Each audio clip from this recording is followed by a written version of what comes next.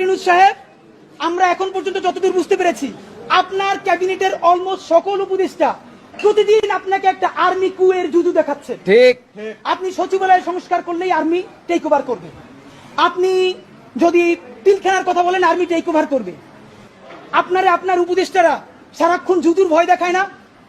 আপনারে বলি, একটু কান দিয়ে শুনেন, যদি ওয়াকার সাহেবের এবং আর্মি জেনারেলদের সাহস থাকে, আই রিপিট সাহস থাকে, একটা কুক ওই দিয়ে দেখাইতে বলেন। ঠিক ভাইরা, ব্যাপারটা এমন না। লিথাল উইপেন যখন চলে তখন পুলিশের উইপন আর আর্মির উইপেনের পার্থক্য থাকে না, প্রত্যেকটাই জীবন কাইড়ে নেয়। এই মাত্র একটা বছর আগে আমাদের হাজারো হাজারো শহীদ যেই গুলিতে শহীদ হয়েছে, এর চেয়ে দামি গুলি তো আর্মি আমাদের উপরে ব্যবহার করতে পারবে না। আপনি মনে রাখেন, এই ওয়াকার সাহেব অথবা আর্মি যদি কোনো কু করার চেষ্টা করে, জনগণ গিয়া ক্যান্টনমেন্টের ইট খুঁজে নিয়ে আসবে। ইট, ঠিক।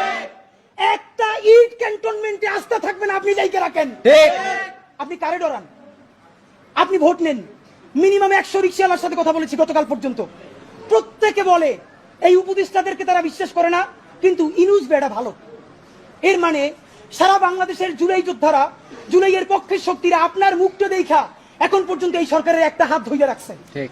মাননীয় প্রধান উপদেষ্টা, আপনি বাঁচবেন কয়দিন বলেন? আপনার এত বয়স হয়েছে, বাংলাদেশের গড়ায় উঠছে প্রায় 20 বছর বেশি পাচ্ছেন। আমার বাপে 63 বছর বাচ্চা, তার চেয়ে আপনি প্রায় 20 বছর বেশি। মাথা আপনার অন্তরে যা আছে, আপনারা যে বাধ্য করে তার কথা বইলে দেন না। আপনারা কি করবে বলেন? আপনারা খুন করবে।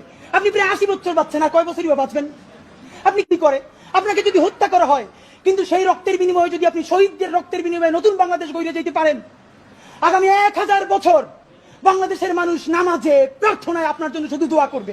প্লিজ আপনার এই বৃদ্ধ কাঁধে রাজনৈতিক দলগুলোর বন্দুককে রাখতে দিয়েন না। আপনি না পারলে কুইট করেন, ওরা নিজেরা বুঝে খাক।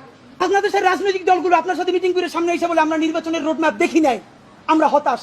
ভিতরে কথা বলার চেষ্টা করলাম, আফসোস রাজনৈতিক দলগুলো এত বদমাশ কেমনে হয় ভাই?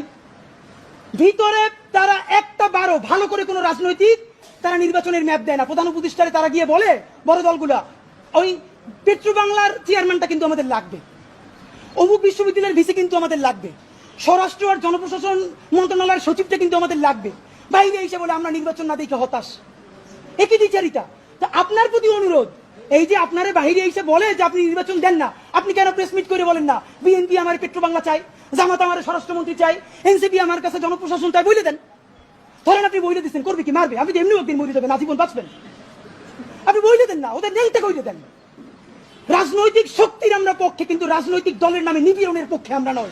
আনন্দমুখর হয় সেটা আগে থেকে ঠিক করার জন্য আপনি বইলে দেন না, ওদের নেইতে কইলে দেন। রাজনৈতিক শক্তির আমরা পক্ষে, কিন্তু রাজনৈতিক দলের নামে নিপীড়নের পক্ষে আমরা নয়। বন্ধুরা আমার, আপনি আরেকটা কথা বলেছেন, এখন থেকে প্রতিদিন আলাপ করুন আপনার এলাকায় ভোটদান ব্যবস্থা কেমন হলে সুন্দর হয়, কেমন হলে আনন্দমুখর হয়, সেটা আগে থেকে ঠিক করার জন্য, নতুন বাংলাদেশের কাজ করার জন্য সেইটা আপনারা প্রস্তুতি নেন। মাননীয় উপদেষ্টা, যমুনে বললে হবে না, এলাকায় গিয়ে যদি এই এলাকা শুরু করি, আমার পিটাইয়া ছালবাকল উঠেই আবার ঢাকায় পাঠাইবে। ঠিক, ঢাকার এলাকা কিন্তু এক না। এলাকায় সেই পরিবেশ আপনি তৈরি করতে পারছেন? এলাকার ওসি প্রতিদিন এখন বিএনপির উপজেলা সভাপতির ফোন করে ডায়াবেটিসের খবর নেয়। তা আমার কথা যদি বিএনপির বিপক্ষে যায়, আমার কথা যদি জামাতের বিপক্ষে চায়, তারা তো আমার দৌড়ানি দিয়া কি করবে তা তো আপনি বুঝতে পারতেছেন না প্রধান উপদেষ্টা।